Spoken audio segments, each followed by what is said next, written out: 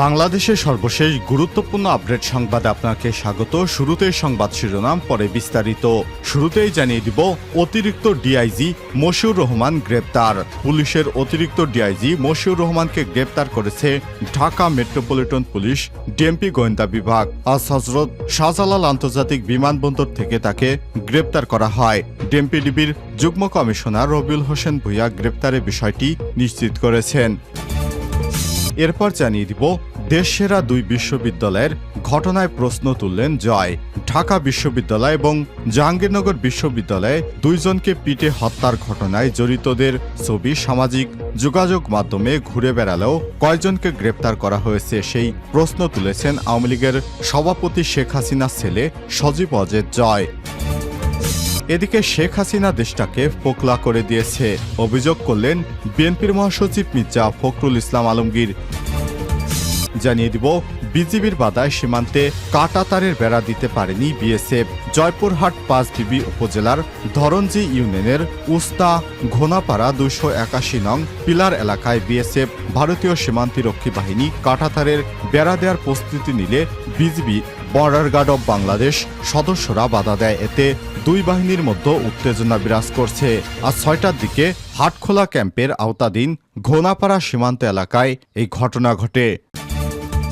জানিয়ে দিব, টাইগার পেসারদের দৃঢ়তায় দ্বিতীয় দিনের শুরুতেই অল আউট ভারত। আলহামদুলিল্লাহ। চেন্নাইয়ে প্রথম চিদাম্বরম স্টেডিয়ামে 2 ম্যাচে টেস্ট সিরিজের প্রথমটিতে লড়ছে বাংলাদেশ ও ভারত। টেস্টের প্রথম দিনের শুরুতেই 2 সেশনে দুর্দান্ত বোলিং করে বাংলাদেশের দাপটের শেষ সেশনে নিজেদের করে নেন ভারতের 2 অলরাউন্ডার রবিচন্দ্রন অশ্বিন এবং রবীন্দ্র জাদেজা। দুইজনের অপরিচিত 195 রানে জুটি ভারতকে প্রথম দিনের শেষে শক্তিশালী অবস্থানে নিয়ে যায়। তবে দ্বিতীয় দিনের শুরুতে সেই জুটিকে আরও ভয়ঙ্কর হতে দেয়নি টাইগাররা তাদের গুড়িয়ে দিয়েছে।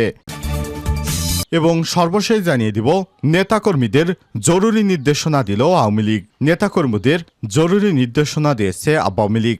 দলটি জানিয়েছে, সামাজিক যোগাযোগ মাধ্যমে আওয়ামী লীগের প্যাড ব্যবহার করে দেওয়া কোনো বিবৃতি বা নির্দেশনার কোনো ভিত্তি নাই। এগুলো সম্পূর্ণ ফেক ও ভুয়া। বৃহস্পতিবার 2টার দিকে আওয়ামী লীগের ভেরিফাইড ফেসবুক পেজে দেওয়া এক পোস্টে সব তথ্য জানানো হয়েছে।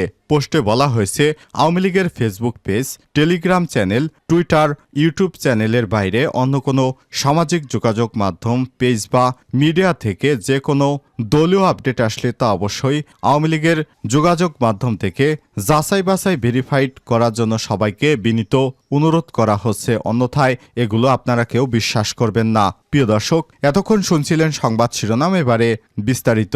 তবে তার আগে বন্ধুরা, অনুরোধ থাকবে সংবাদটিতে একটি লাইক দিন। এই চ্যানেলে আপনি নতুন হয়ে থাকলে আমাদের সংবাদটি দেখতে দেখতে চ্যানেলটি সাবস্ক্রাইব করে রাখুন। কমেন্ট করে আপনার মূল্যবান মতামত জানিয়ে দিন বন্ধুরা, আপনি বিশ্বের কোন দেশ থেকে বা বাংলাদেশের কোন স্থান থেকে আমাদের সংবাদটি দেখছেন এবং শুনছেন। এবারে বিস্তারিত। অতিরিক্ত ডিআইজি মশিউর রহমান গ্রেপ্তার। পুলিশের অতিরিক্ত ডিআইজি মশিউর রহমানকে গ্রেপ্তার করেছে ঢাকা মেট্রোপলিটন পুলিশের ডিএমপি গোয়েন্দা বিভাগ। বৃহস্পতিবার 19 সেপ্টেম্বর রাতে হজরত শাহজালাল আন্তর্জাতিক বিমানবন্দর থেকে তাকে গ্রেপ্তার করা হয়েছে। ডিএমপিডিবির যুগ্ম কমিশনার রবিউল হোসেন ভূঁইয়া গ্রেপ্তারের বিষয়টি নিশ্চিত করেছেন। তিনি জানান, মশিউরের বিরুদ্ধে 8টি হত্যা মামলা হয়েছে। কোনটাতে গ্রেপ্তার দেখানো হবে তা এখনও নির্ধারণ করা হয়নি। এর আগে বৃহস্পতিবার রাতে সাবেক পরিকল্পনা মন্ত্রী ও সুনামগঞ্জ 3 আসনের সাবেক সংসদ সদস্য এম.এ. মান্নানকে গ্রেপ্তার করেছে পুলিশ। শান্তিগঞ্জ উপজেলার বাসভবন থেকে বৃহস্পতিবার তাকে গ্রেপ্তার করা হয়। Sunamganj police super SP AFM Anwar Hossain Khan বলেন, 4 আগস্টে সুনামগঞ্জ শহরে ছাত্র জনতার উপর হামলায় দায়ের করার মামলার আসামি হিসেবে তাকে গ্রেপ্তার করা হয়েছে। শুক্রবার 20 সেপ্টেম্বর এম.এ. মান্নানকে আদালতে হাজির করে রিমান্ড চাওয়া হবে। এই ঘটনা সহ ছাত্র জনতার উপর হামলার ঘটনায় তার যুক্ত থাকার বিষয়ে জানতে চাওয়া হবে। জানা গেছে, গত 2 সেপ্টেম্বর বৈষম্য বিরোধী ছাত্র আন্দোলনে হামলা ও গুলির ঘটনায় সাবেক পরিকল্পনা মন্ত্রী এম.এ. মান্নান সহ 4 সাবেক সংসদ সদস্য ও জেলা আওয়ামী লীগের সভাপতি এবং সম্পাদক সহ 99 জনের নাম উল্লেখ করে অজ্ঞাত 200 জনকে আসামি করে আদালতে দ্রুত বিচার আইনে মামলা দায়ের করা হয়। ওই দিন দুপুরে সিনিয়র জুডিশিয়াল ম্যাজিস্ট্রেট নির্জন কুমার মিত্রের আদালতে মামলা দায়ের করেন দোয়ারা বাজারের এরইখান গ্রামের মোহাম্মদ হাফিজ আহমেদ। তিনি ওই গ্রামের মোহাম্মদ নাজির আহমেদের ছেলে। দেশসেরা দুই বিশ্ববিদ্যালয়ের ঘটনায় প্রশ্ন তুললেন জয়। ঢাকা বিশ্ববিদ্যালয় ও জাহাঙ্গীরনগর বিশ্ববিদ্যালয়ে দুইজনকে পিটিয়ে হত্যার ঘটনায় জড়িতদের ছবি সামাজিক যোগাযোগ মাধ্যমে ঘুরে বেড়ালেও কয়েকজনকে গ্রেপ্তার করা হয়েছে। সেই প্রশ্ন তুলছেন আওয়ামী লীগ সভাপতি শেখ হাসিনার ছেলে সজীব ওয়াজেদ জয়। বৃহস্পতিবার 19 সেপ্টেম্বর রাতে ফেসবুকে নিজের ভেরিফাইড পেজে ওই ঘটনায় একটি পোস্ট দিয়েছেন সজীব ওয়াজেদ জয়। পোস্টে তিনি লিখেছেন, দেশের সেরা দুটি বিশ্ববিদ্যালয় গতরাতে দুজনকে হত্যা করা হয়েছে। মানসিক ভারসাম্যহীন তোফাজ্জলকে হত্যা করা হয়েছে ঢাকা বিশ্ববিদ্যালয়ে। মেরে ফেলার আগে খুনিরা তাকে ভাত খাওয়াইছে। আর সাবেক ছাত্রলীগ নেতা শামীম মোল্লাকে হত্যা করা হয়েছে জাহাঙ্গীরনগর বিশ্ববিদ্যালয়ে। যতদূর জানা গেছে তাকে প্রকাশ্যে 3 দফায় মারা হয়। সবশেষ শিক্ষার্থীদের জন্য নিরাপদ জায়গা প্রক্টর অফিসারের সামনে গিয়ে খুনিরা তাকে হত্যা করে। এ ঘটনায় প্রশ্ন ছুড়ে দিয়ে তিনি লেখেন, সকল খুনিদের ছবি ভিডিও সোশ্যাল মিডিয়ায় ঘুরে বেড়াচ্ছে। এদের কয়েকজনকে গ্রেপ্তার করা হয়েছে। বুধবার মধ্যরাতে ঢাকা বিশ্ববিদ্যালয়ের ঢাবি ফজলুল হক মুসলিম হলের সামনে চোর সন্দেহে তোফাজ্জল হোসেন 32 নামে একজনকে পিটিয়ে হত্যা করেছেন একদল শিক্ষার্থী। এ ঘটনায় শাহবাগ থানার বিশ্ববিদ্যালয় প্রশাসন মামলা করেছে। শেষ খবর পাওয়া পর্যন্ত 6 জনকে আটক করা হয়েছে। অপরদিকে জাহাঙ্গীরনগর বিশ্ববিদ্যালয়ের জাবি ছাত্রলীগের সাবেক সাংগঠনিক সম্পাদক শামীম আহমেদ গণপিটুনির শিকার হয়েছেন। পরে বুধবার 18 সেপ্টেম্বর রাতে হাসপাতালে চিকিৎসাধীন অবস্থায় মারা যান তিনি। শেখ হাসিনা দেশটাকে ফোকলা করে গেছেন, বললেন মির্জা ফখরুল। বিএনপির মহাসচিব মির্জা ফখরুল ইসলাম আলমগীর বলেছেন, শেখ হাসিনা ও আওয়ামী লীগ সরকার দেশটাকে ফোকলা করে দিয়ে গেছে। তারা ক্ষমতায় টিকে থাকার জন্য শাপলা চত্বরে কোমলমতি শিশুদের এবং গত 4 ও 5 আগস্ট বৈষম্যবিরোধী ছাত্র আন্দোলনকারীদের পাখির মতো গুলি করে হত্যা করেছেন। বৃহস্পতিবার 19 সেপ্টেম্বর দুপুরে ঠাকুরগাঁয়ের রানী সংকৈল উপজেলা ও পৌর বিএনপির আয়োজনে রানী সংকৈল ডিগ্রি কলেজে মাঠে সম্প্রতি ও গণতন্ত্র রক্ষায় শেখ হাসিনা ও তার দোসরদের বিচারের দাবিতে বিশাল জনসভায় প্রধান অতিথির বক্তব্যে তিনি এসব কথা বলেন। মির্জা ফখরুল বলেন, আওয়ামী লীগ আজকে ক্ষমতা ছেড়ে চলে গেছে। তারা দেশে সব সম্পদ শেষ করে দিয়ে গেছে। ব্যাংক সহ সব টাকা তারা লুট করেছে। গত 17 থেকে 18 বছরে আমরা অনেক অত্যাচার নির্যাতন সহ্য করছি। আমাদের নেতাকর্মীদের নামে সারা দেশে 60 লাখ মামলা দেওয়া হয়েছে।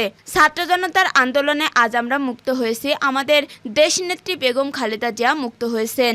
মির্জা ফখরুল আরো বলেন, আজ আমরা স্বাধীন হয়েছি কিন্তু এখনো পুরো হয়নি। ছাত্ররা অসাধ্য সাধন করেছে, এখন তাদেরকে নিয়ম কানুনের মধ্যে থাকতে হবে। বাংলাদেশে সাম্প্রদায়িকতার কোনো স্থান নেই। আসন্ন দুর্গাপূজা যেন শান্তিপূর্ণভাবে পালিত হয়, এজন্য আমাদের দায়িত্ব নিতে হবে। বৈষম্য দূর করে ঘুষ ও চাঁদাবাজি বন্ধ করতে হবে। তিনি বলেন, অন্তর্বর্তীকালীন সরকার সফল করতে আমাদের সহযোগিতা করতে হবে। যখন উপযোগী সময় হবে তারা তখন নির্বাচন দেবে। আগামীতে আমাদের সব নেতাকর্মীকে ঐক্যবদ্ধ থাকতে হবে। রানী সংকল উপজেলা বিএনপির সভাপতিত্বে ও সাধারণ সম্পাদক আল্লামা ওয়াদুদ বিন নূর আলিফের সঞ্চালনায় অন্যদের মধ্যে বক্তব্য রাখেন ঠাকুরগাঁও জেলা বিএনপির সহসভাপতি ওবায়দুল্লাহ মাসুদ ও নর্ম চৌধুরী, সাধারণ সম্পাদক মির্জা ফয়সাল আমিন, যুগ্ম সাধারণ সম্পাদক পাইগাম আলী, সাবেক সংসদ সদস্য ও পীরগঞ্জ উপজেলা বিএনপি সভাপতি জাহিদুর রহমান, সাবেক সংসদ সদস্য ও ঢাকা কলেজ সাবেক ভিপি মুর্তজা বেগম তুলি।